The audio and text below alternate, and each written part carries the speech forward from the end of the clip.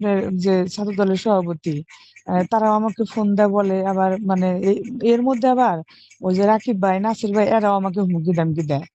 হুম, বুঝছেন? হুম। মানে এদের মাধ্যমে যে লাস্ট ওয়ার্নিং আমাকে দিয়ে দেয়। যে আমি থানাতে যে অভিযোগ দিছিলাম তো, সেটা নিয়ে মনে করেন যে তারা আমাকে বলে যে এই মানে পরে যে এসপিরে দিয়ে ওসিরে দিয়ে ফোন দেয়া তো অভিযোগটা নেয় নাই। সেটাও নেয় নাই।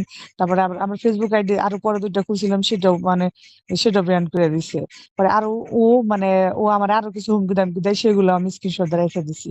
তো সে এখন অস্বীকার করতেছে না, না, আপনি তো যে সবই ওই রাখেন। মানে মোটামুটি হুমকি-ধামকি, আপনাকে গালাগালি করার অনেক কিছুই আপনি আমাকে পাঠাইছিলেন। ওগুলি সব আমার হ্যাঁ, কাছে আছে। হ্যাঁ, হ্যাঁ। আপনাকে প্রচুর গালাগালি করছে। মানে তারপরেও যখন যেটাই বলে সবই করে। খালি তারপরেও ঐদিন রাতে আপনার সাথে উনি মানে সেক্স করতে গেল, আর ওই দিনেরটা শুধু আপনি রেকর্ডটা নেন নাই, তাই তো? এমনি অন্যগুলো রাখেন। না ওইদিনকারটা না, ওইদিনকার মানে যে এই আমার বাবা যে মারা গেছে, মারা যাওয়ার আরো ৩ দিন যেদিন আমাকে শোকেস নোটিশ করে, হুম। সেদিন তারপরে থেকে শোকেস ওর সাথে আর আমার শোকেস কোনো না, এটা কথা হয় না। শোকেস, হ্যাঁ?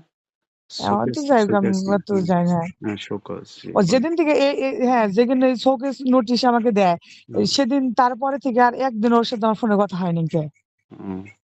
তো এমনি কথা হয় না? না, আমি আপনার সাথে ধরেন আমি যদি আগস্টের ২২ তারিখ ধরি, ঐদিন আপনার সাথে কথা বলার পরে আজকে ৩ মাস হলো। ওই সময় আপনি বললেন যে আপনার সাথে তার কোনো সম্পর্ক নেই। সে আপনাকে গালাগালি করে, এই করে।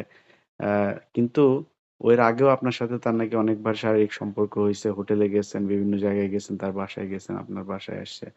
তো ওগুলি হইলো কোন জায়গারই আপনার কাছে কোন ছবি নাই। এইদিন রাতে গিয়া ও এখন সে তো দলের একটা গুরুত্বপূর্ণ পদে আছে, তাই না? এবং তার সামনে জি, জি। ছাত্র দলের সভাপতি হওয়ার ক্যান্ডিডেট সে। তো সে কি আপনার মনে হয় যে এই ঝুঁকিটা নিয়ে আপনাকে রাতে গিয়ে এটা করে আসবে? আর আপনাকে করল, আপনি কিছুই বললেন না, আপনি চুপচাপ শুয়ে থাকলেন আর করে চলে আসলো? না, না, না, এটা তো সে চুপচাপ করে আসলো। সে যে মানে এরকম এটাও না। এটা আপনার দিক থেকে আপনি বলতেই পারেন। এটা আমার দিক থেকে আমি বলতে পারি।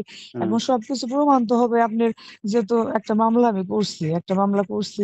ওই মামলাটা এর মধ্যে তো সবকিছু প্রমাণ হবে, তাই না? যে এটা মানে ও করছে কি করে নাই। ও মানে আমার সাথে ওর সেক্সুয়ালি কোনো বিষয় হইছে কি হয় নাই। সেটা আপনার আদালত আছে।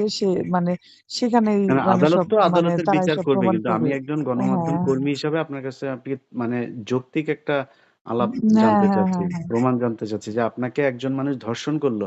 সে একা গেল, গিয়ে আপনাকে ধর্ষণ করে চলে আসলো। আপনি পায়জামা খুলে কারণ সে ফেললেন। একা আসছে তারপরে নাকি এই যে ভাই শুনেন, এই যে হুম, আমি ঘরে শুয়ে আছি এখন, আমার বাড়িতে কিন্তু কেউ না। আমাদের বাড়িটা কিন্তু অনেক বড়। আমি তো একা বাড়িতে।